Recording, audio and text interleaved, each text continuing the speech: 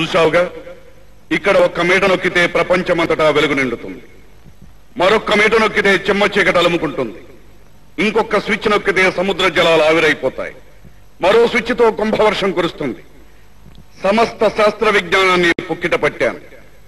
ఇదే సాధన సంపత్తితో యావత్ ప్రపంచాన్ని నా గుప్పిట బిగిస్తాను. పిచ్చివాడ, మనిషికి చివరికి మిగిలేది చచ్చేటప్పుడు గుప్పెట్లో పిడికెడు మట్టి. ఆకాశంలోనూ సముద్రం మధ్యలోనూ చస్తావు గనక నీకు ఆ మన్ను కూడా దొరకదు. ఆకాశానికి అధిపతిని, సముద్రాలకు శాసకుణ్ణి, భూమికే భర్తను. నన్ను జయించగల శక్తి ఈ సృష్టిలో ఉన్నదా?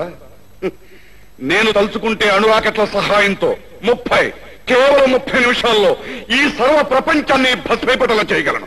మానవ జాతిని రూపుమాపగలను. అది జరగని పని ధర్మరా. ఎన్నో ప్రకృతి బీభత్సాలకు తట్టుకుని మరెన్నో ప్రళయాలకు ఎదురు నిలిచి ఒక్కరొక్కరే వందలై వేలై లక్షలు కోట్లుగా వర్ధిల్లిన మానవ జాతిని ఒకే క్షణంలో నాశనం చేస్తావా?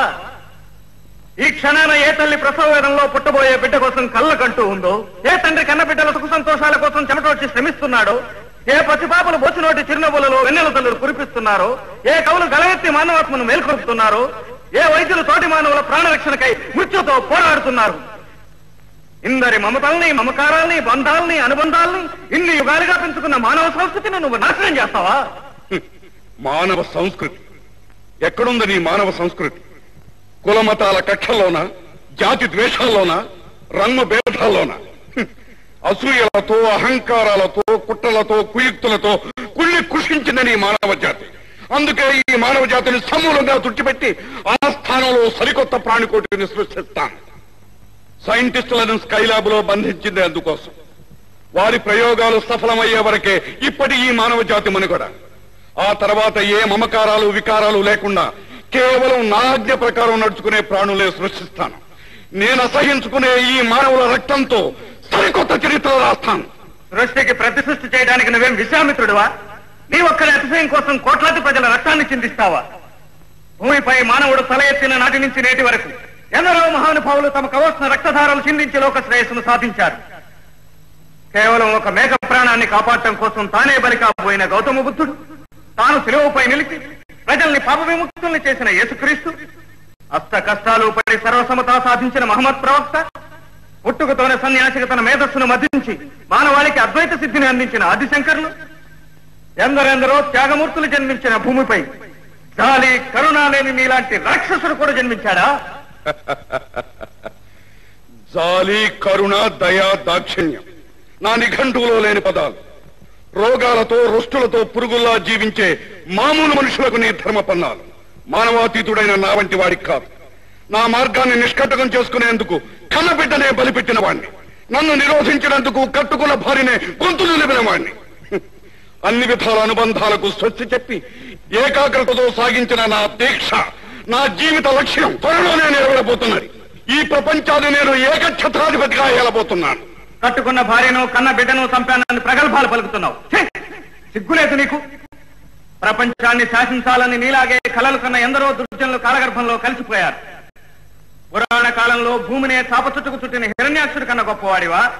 నవగ్రహాలనే తన బానిసలుగా శాసించిన రావణాబ్రహ్మ కన్నా రాడుదైన వాడివా? చారిత్రక యుగంలో తాను కాలు పెట్టిన ప్రతి చోట గడ్డి కూడమలను శ్మశాన వాటిగా మార్చిన నరహంతకుడు అటిల్లా కన్నా అధిపుడివా? అలెగ్జాండర్ కన్నా శౌర్యవంతుడివా? మధ్యయుగంలో పాశ్చాత్యుల జీవితాన్ని అల్లకల్లోలం చేసిన నెపోలియన్ కన్నా మించిన వాడివా? ఈ శతాబ్దంలో కనుబొమ్మల కదలింపుతో ప్రపంచాన్ని గలగలవారించిన నాజీని ఎంత హిట్లర్ వారసుడివా?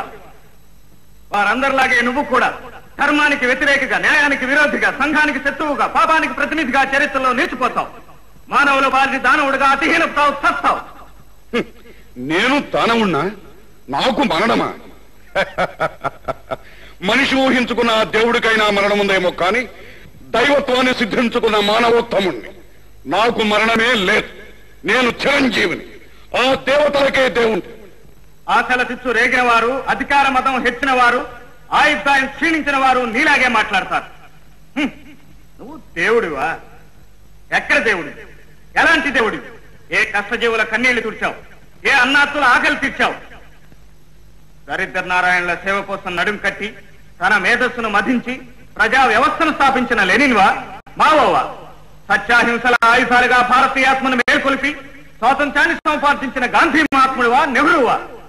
మన్య ప్రజల బాధల గాథలు తన హృదయాన్ని కదిలిస్తే అడుగడుగునా గుండెనెత్తులు చిందిస్తూ బ్రిటిష్ సింహం జోరు నిలిపి దూరు దులిపిన ఆంధ్రవీరుడు అల్లూరు సీతారామరాజువా, భగత్ సింగ్ వా, సుభాష్ చంద్ర బోసువా? నువ్వెవరివి కావు. స్వార్థం కరుడు కట్టిన ఒక సాధారణ వ్యక్తివి. అధికార పిపాసతో కళ్ళు పొరలు కమ్మిన దేశ ద్రోహివి. మానవత్వానికి దూరం అయి మనస్సు మలినం చేసుకున్న ఒక మానవాధముడు. క్రూర జంతువు కన్నా, చీడ పురుగు కన్నా, కుక్క కన్నా, గుంట నక్క కన్నా హీనమైన ప్రాణివి. ఇక్కడ కూర్చుని చిరంజీవిని మిడిచిపడుతున్నావేమో. అక్కడ నిన్ను అనుక్షణం మా రాడార్లు కనిపెడుతూనే ఉన్నాయి. కాసేపట్లో మా సైనికులు వస్తారు, నీ అంతం చూస్తారు.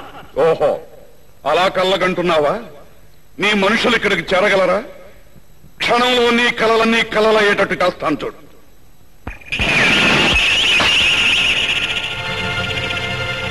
సవ్యంగా వింటావేమోనని ఇంతవరకు చెప్పి చూశాను. ఇక నీ మూర్ఖత్వాన్ని ఉపయోగించే లాభం లేదు.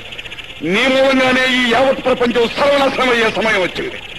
నీతో పాటే ఈ ప్రపంచాన్ని భస్మం చేస్తాను చూడు. విష్ణుమూర్తి అవతార కథల గురించి విన్నవారికి జయ విజయులు శాప వృత్తాంతం గుర్తుండే ఉంటుంది. జయ విజయులు ఇరువురు విష్ణుమూర్తి ద్వారపాలకులు. కొందరు మహర్షులను వైకుంఠంలోనికి రానివ్వకుండా అడ్డుపడినందుకు శిక్షగా వారు రాక్షసులుగా భూలోకం మీద జన్మించాలన్న శాపాన్ని పొందడము. వారిని సంహరించేందుకు విష్ణుమూర్తి నరసింహునిగా, రామునిగా, కృష్ణునిగా అవతారాలు దాల్చడం తెలిసిందే. ఇంతకీ ఆ జయ విజయులకు శాప